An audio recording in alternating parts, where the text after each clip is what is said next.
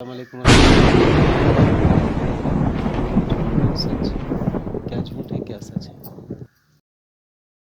میرے نزدیک تو کسی شخص کا صحابی ہونا یہ فضیلت کے لیے کافی ہے، چاہے اس کے لیے کوئی اور فضیلت ہو یا نہ ہو۔ سمندری جہاد والی حدیث بعض لوگ اس کے اوپر بھی تان کرتے ہیں، میں کہتا ہوں جی ہو فضیلت، فٹ ہو یا نہ ہو، صحابی کی فضیلت ہی بہت بڑی ہے۔ پھر بھی آگے لکھا ہوا کہ یہ جو سمندری جہاد اول جو جیش ہے جو سمندر میں جہاد کرے گا، اس کس صحابی کو خوشخبری دی گئی تھی؟ جی یہ حضرت معاویہ رضی اللہ تعالیٰ عنہ اس میں شامل تھے۔ جی یہ حضرت معاویہ رضی اللہ تعالیٰ عنہ جی یہ حضرت معاویہ رضی اللہ تعالیٰ عنہ اس میں شامل تھے۔ جی یہ حضرت معاویہ رضی اللہ تعالیٰ عنہ اس میں شامل تھے۔ جی یہ حضرت معاویہ رضی اللہ تعالیٰ عنہ اس میں شامل تھے۔ کس نے انکار کیا میرے بھائی؟ پانچویں حدیث بھی صحیح مسلم 6857، حضرت امیر معاویہ رضی اللہ تعالیٰ عنہ ایک دفعہ مسجد میں تشریف لائے۔ اب دیکھیں صحابہ کرام کس طرح جونیئرز کی ٹریننگ کیا کرتے تھے، آپ ذرا دیکھیں۔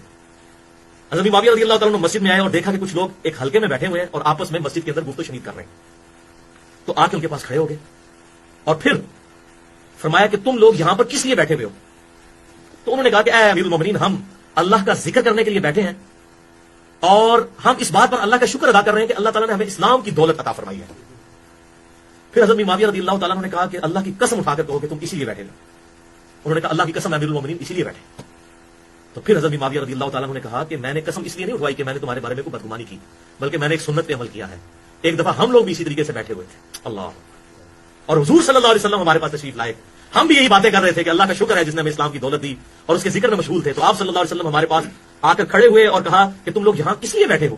تو ہم نے عرض کیا اللہ کے رسول صلی اللہ علیہ وسلم، ہم اللہ کا ذکر کر رہے ہیں اور آپس میں یہ گفت و شنید کر رہے ہیں کہ ہم کتنے گمراہی کے دور میں تھے، اللہ نے ہمیں اسلام کی دولت عطا فرمائی، آخرت کی کامیابیاں ہمارا مقدر ہو جائیں گی اس اسلام کی دولت کی وجہ سے، یہ اللہ کا کتنا بڑا احسان ہے ہم پر۔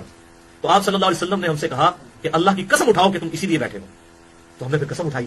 پھر آپ صلی اللہ علیہ وسلم نے ہم سے فرمایا کہ میں نے قسم بدگمانی کی وجہ سے نہیں اٹھوائی تم سے، بلکہ اس لیے کہ ابھی جبرائیل علیہ السلام میرے پاس آئے تھے اور انہوں نے مجھے خبر دی کہ اللہ تعالیٰ آپ کے ان اصحاب کی وجہ سے فرشتوں کے سامنے فخر فرما رہا ہے۔ الحمدللہ الحمدللہ۔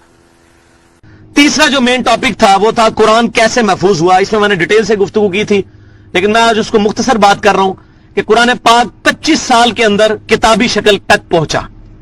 اس میں سے سب سے پہلے نبی صلی اللہ علیہ وسلم کے مبارک دور میں وحی لکھوائی گئی، آپ صلی اللہ علیہ وسلم وحی لکھواتے تھے، اور اس میں زید بن ثابت رضی اللہ تعالیٰ عنہ ٹاپ آف دا لسٹ آپ کے لکھنے والے تھے، کاتب وحی۔